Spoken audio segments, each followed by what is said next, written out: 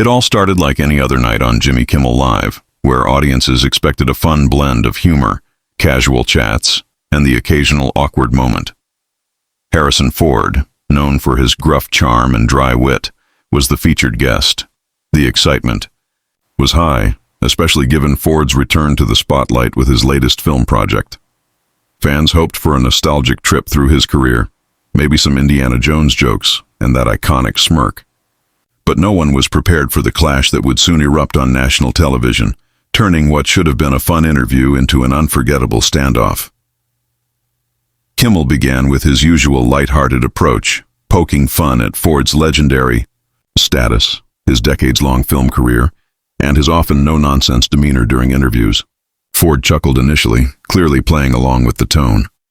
But things took a turn when Kimmel shifted the focus to more personal territory, asking pointed questions about Ford's views on Hollywood's evolving political landscape, his past, controversies, and even his strained interviews with other hosts. That's when Ford's smile began to fade, and a distinct tension started to build on set. "You've been known to be a bit, let's say, short with interviewers," Kimmel teased, trying to get a laugh. "Is that just you being you, or are you secretly miserable doing these things?" The audience laughed, but Ford didn't. He leaned forward slightly, eyebrows raised, and replied flatly, "I'm here to talk about the damn movie, not play therapy with a comedian."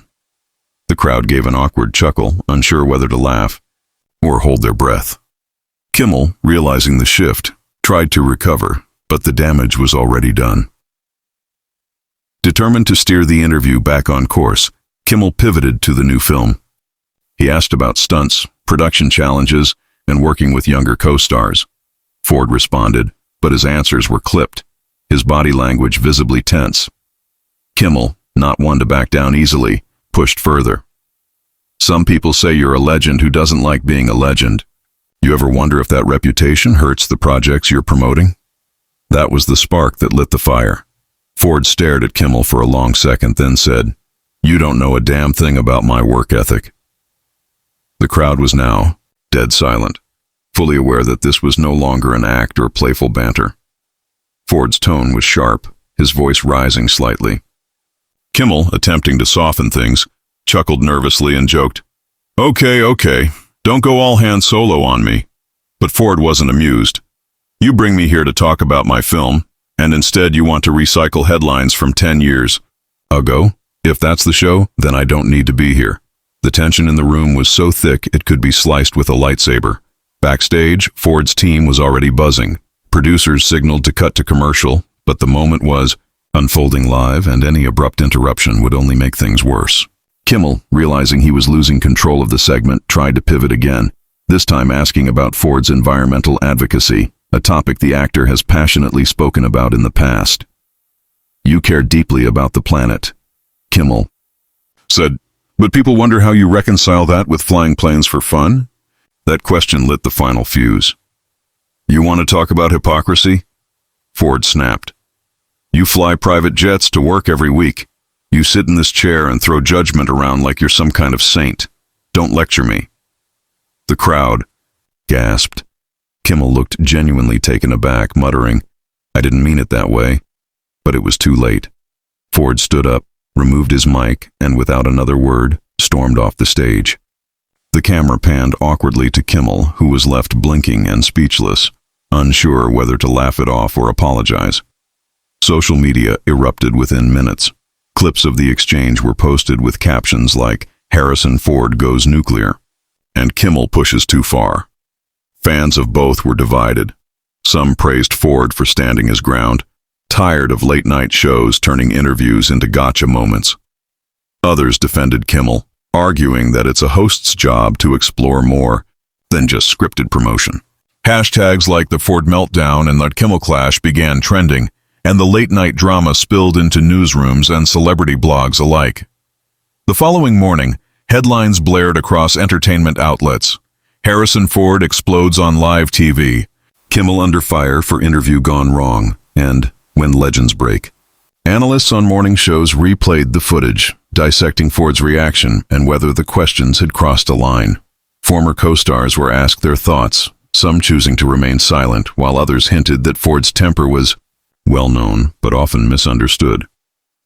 Everyone seemed to have an opinion, and the moment had clearly struck a nerve across the media landscape. Ford's publicist issued a statement later that day saying, Mr. Ford was invited to discuss his work, and unfortunately, the tone of the interview deviated from that understanding. He felt disrespected and chose to leave rather than escalate the moment further. Kimmel, in a more somber tone during the next night's monologue, addressed the issue without fully apologizing.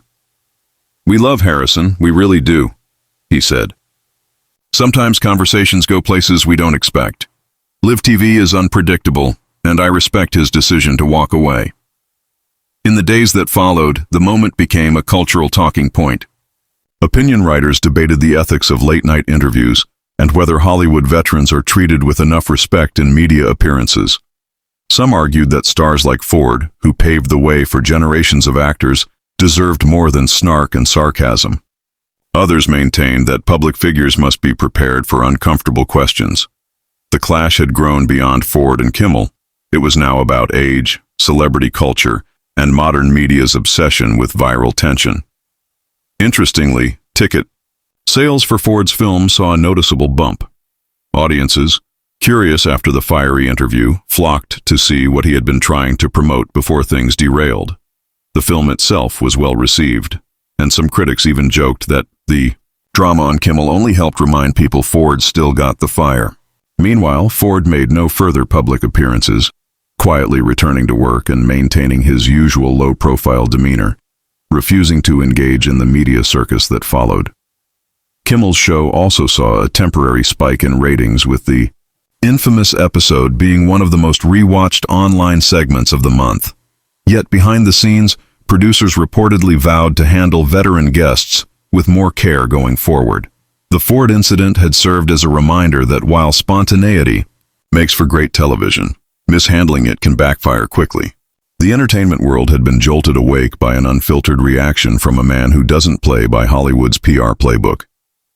As the story faded from headlines, what lingered was the image of Harrison Ford, unapologetically authentic, fed up with media games and unwilling to tolerate what he viewed as disrespect. It reignited conversations about dignity in celebrity culture and how media platforms often prioritize spectacle over substance. To many, Ford's exit was not a meltdown but a refusal to compromise his principles. In a world filled with scripted personas and canned responses, Ford's realness, even if fiery, struck a chord. Months later, Ford was asked in a quiet radio interview if he regretted what happened that night. His response was brief, classic. "Ford, no, if people want drama, they can see the movie. I'm not here to entertain cheap shots." That line summed up the entire saga. Straightforward, unfiltered, and unmistakably Harrison Ford. And while the clip will live online forever, the legacy it leaves is deeper than a viral moment. It's a reminder that even in Hollywood, boundaries matter, and legends aren't afraid to enforce them.